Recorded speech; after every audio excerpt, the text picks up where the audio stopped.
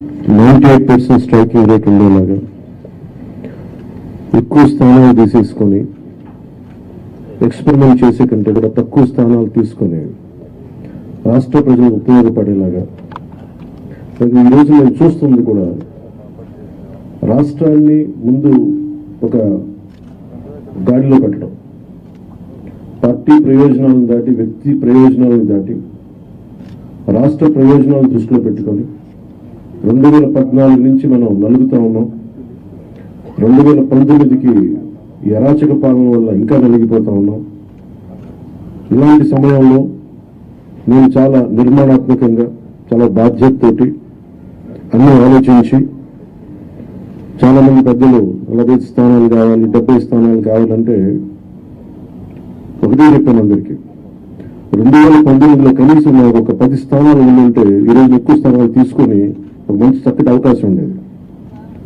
కోల్పోయాం కాబట్టి ఈసారి తక్కువ స్థానాలతోటి 98% స్ట్రైకింగ్ రేట్ ఉండాలి. దాంట్లో భాగంగానే 24 స్థానాలు, 3 పార్లమెంట్లు ఫిక్స్ అయిపోయాం.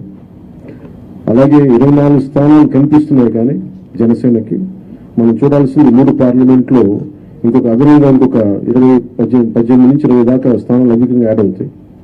సో దాదాపు ఒకలా చూస్తే జనసేన అందరూ అనుకున్నట్టుగా ఒక 40 స్థానాల్లో పోటీ చేస్తున్నట్టు లెక్క, 3 పార్లమెంట్తో కలుపుకొని.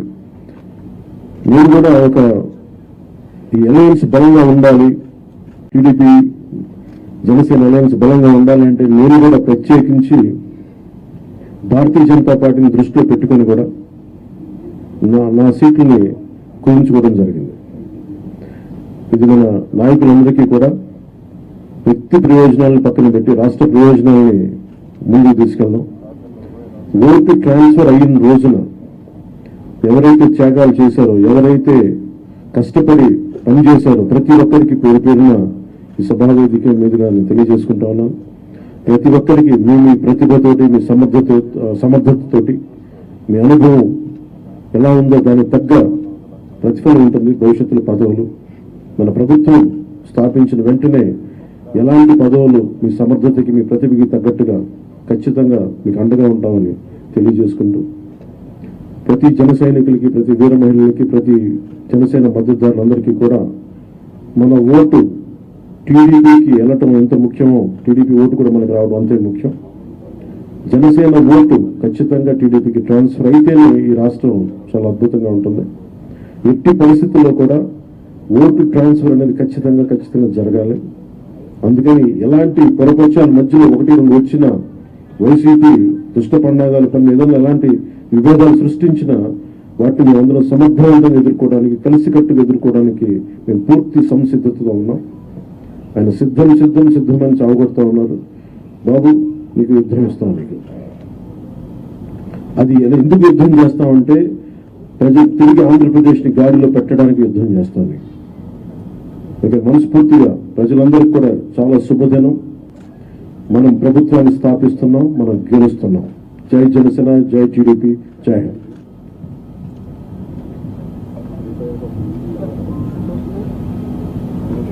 ఇప్పుడే జనసేన అధినేత పవన్ కళ్యాణ్ గారు చెప్పిన దాన్ని నేను పూర్తిగా సమర్థిస్తూ, ఈరోజు ఈ కలయిక రాష్ట్ర భవిష్యత్తు కోసం, ఏ 2 వ్యక్తుల కోసమో, ఏ 2 పార్టీల కోసం కాదు, 5 కోట్ల ప్రజా ప్రయోజనాలు ఆశించి ఈరోజు మనస్ఫూర్తిగా 2 పార్టీలు కలిసి పనిచేయాలని ఈ నిర్ణయం తీసుకున్నాం. ఈరోజు రాష్ట్రానికి ఇది ఒక హిస్టారికల్ డే. ఒక మంచి ప్రయత్నానికి తొలి